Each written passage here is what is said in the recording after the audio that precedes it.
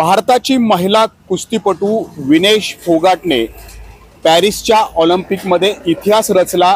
ती अंतिम फेरीत गेली, परंतु आजची सकाळ ही भारताला मोठा धक्का देणारी ठरली, कारण विनेश फोगाटचं वजन हे 100 ग्रॅम अधिकचं आढळलं आणि तिला ऑलिम्पिकमधून बाद ठरवण्यात आलं। या संदर्भात आपण बोलणार आहोत। आपल्यासोबत आंतरराष्ट्रीय पंच आहेत दिनेश गुंड सर। मोठा धक्का मानायचा भारतासाठी हा फार दुर्दैवाची गोष्ट आहे। मला वाटतं ऑलिम्पिकच्या इतिहासामध्ये ही पहिलीच घटना असेल की एखादा कुस्तीगीर अंतिम फेरीत पोहोचतो आणि तो या पद्धतीने पदकापासून वंचित राहतो। संपूर्ण भारत देश आज एका मोठ्या दुःखाला सामोरा जातोय।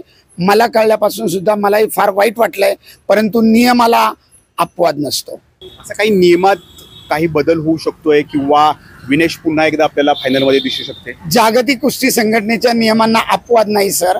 पहिल्या दिवशी वजन दिल्यानंतर जे कुस्तीगीर अंतिम फेरीत पोहोचतात आणि रिपॅचमध्ये पोहोचतात त्यांना पुन्हा वजन द्यावं लागतं आणि ज्या वजन गटात तो खेळलेला आहे त्या वजना एवढंच वजन असावं लागतं, अन्यथा वजन जर जास्त भरलं तर तो कुस्तीगीर डिस्क्वालिफाय होतो। परंतु सर आदल्याच दिवशी म्हणजे काल सेमीफायनल झालं, सेमीफायनलमध्ये ती जिंकली, त्याच्या आधी तिनं वजन देऊनच ती त्या ठिकाणी आली होती, मग दुसऱ्या दिवशी आणखी वजन करण्याची गरज असते? पहिल्या दिवशी 100% तिचं वजन बरोबर होतं, म्हणूनच ती वजनाला पात्र ठरून सगळे बाउट खेळली।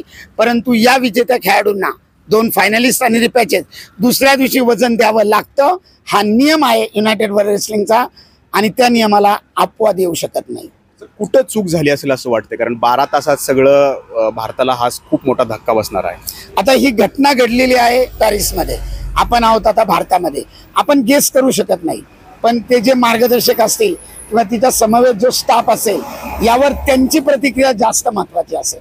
बरोबर। तर कोणतीही महिला कुस्तीपटू जी असेल ती ऑलिम्पिकमध्ये अंतिम फेरीत पोहोचणं ही पहिलीच वेळ होती। विनेश फोगाटच्या रूपानं आज इतिहास घडणार होता। कदाचित आपल्याला सुवर्ण पदक सुद्धा यामध्ये मिळालं असतं, परंतु या सगळ्या आशा आता मावळलेल्या आहेत। नाजिमुल्ला, एबीपी माझा, पुणे। एबीपी माझा, उघडा डोळे बघा नीट।